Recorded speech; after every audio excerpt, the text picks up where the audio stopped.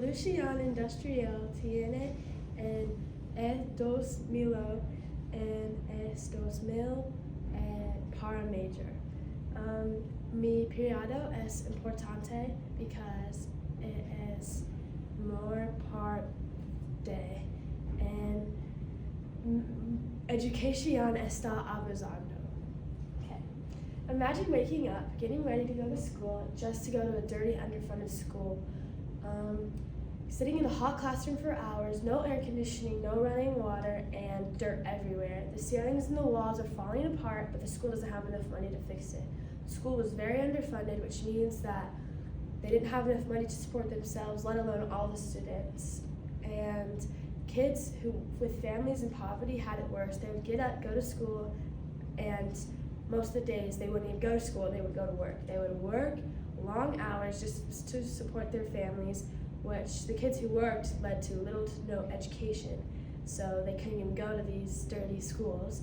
And the Great Depression starting in the 1930s didn't help at all. Over 20,000 schools were closed down, and and a lot of them did not open back up. They were closed permanently.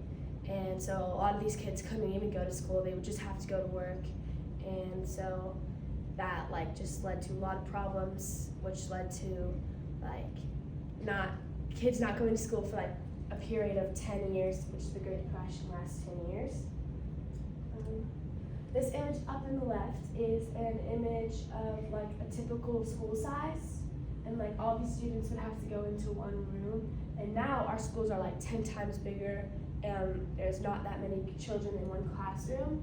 And then right here is an Asian school, and they were shoulder to shoulder, and they had no air conditioning, so it was very hot and very hard to concentrate for these kids.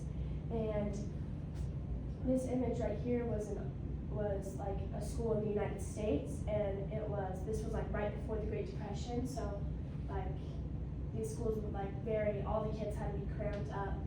And this school was very, very underfunded, and the kids this was a big range of ages.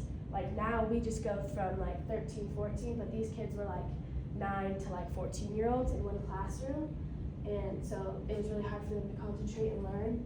And now I think kids should be very grateful for the schools that we have, because we have air conditioning, we have good classrooms, we have big classrooms, and a much better learning environment.